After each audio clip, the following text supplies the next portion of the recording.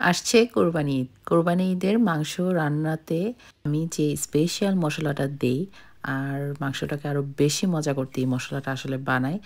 তো বাসায় বানালে দেখা যায় যে অনেক বেশি সুঘ্রাণ থাকে কেনা মসলা থেকে। তো এখানে আমি শুরুতেই কিছু জিরা, তারপর হচ্ছে শাহি জিরা, তারপর লবঙ্গ, ধনিয়া, তারপর ২ ধরনের এলাচ আর হচ্ছে কালো গোলমরিচ। এখানে সাদা গোলমরিচ থাকলে বাসায় সাদা গোলমরিচও দেওয়া যায়। আমি সাদা গোলমরিচটা আর দিচ্ছি না, যেহেতু আমার বাসায় নেই। তাই কালো গোলমরিচটা দিচ্ছি। ধনিয়া আর হচ্ছে শুকনো মরিচ, তারপর তেজপাতা, এলাচ, স্টার অ্যানাইস। স্টার অ্যানাইসটা আসলে আমার বাসায় দেখা যায় যে রাফানের বাবা একটু বেশি স্ট্রং স্মেল, তো রাফানের বাবা বেশি পছন্দ করে না, তো এটা একটু কম দিয়েছি। লবঙ্গ দিলাম, তারপর হচ্ছে জায়ফল, জয়ত্রী। তো সব কিছুই যে পরিমাণ দিয়েছি আসলে দেখলে হয়তো বা বুঝে নিতে পারবেন।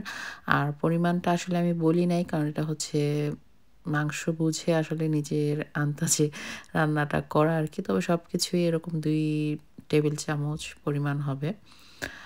আর হচ্ছে এই তো আমি চুলাটা একদমই লো ফ্লেমে রেখে দেন টেলে নিচ্ছি এটা।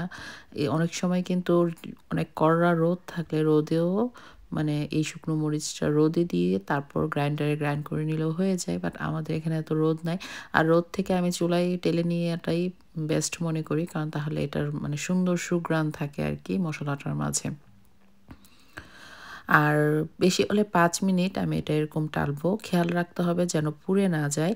আর চুলাটা অফ করেই সঙ্গে, সঙ্গে আমি একটি প্লেটে এটা ঢেলে নিচ্ছি। প্যানে রাখা যাবে না। আর যখন ঠান্ডা হয়ে আসবে মানে গরম, গরম অবস্থায় আসলে গ্রাইন্ডারে দেওয়া যাবে না। তাহলে মেশিন নষ্ট হয়ে যাওয়ার সম্ভাবনা থাকে। আর মসলাটা একটু ঠান্ডা হলেও অনেক বেশি মুচমুচা হবে। আসলে টেলে নেওয়ার উদ্দেশ্যই হচ্ছে মুচমুচা। এই যে আমি তেজপাতাটা ভেঙে কিন্তু দেখিয়ে দিলাম যে এটা অনেকটাই কিন্তু মুচমুচা হয়েছে। আর কিছু সময় রেখে দেব, ঠান্ডা হওয়ার পর দেন আমি গ্রাইন্ড করে নেব আরকি। আর এই মসলা আসলে আমি প্রায়ই বানায় রাখি।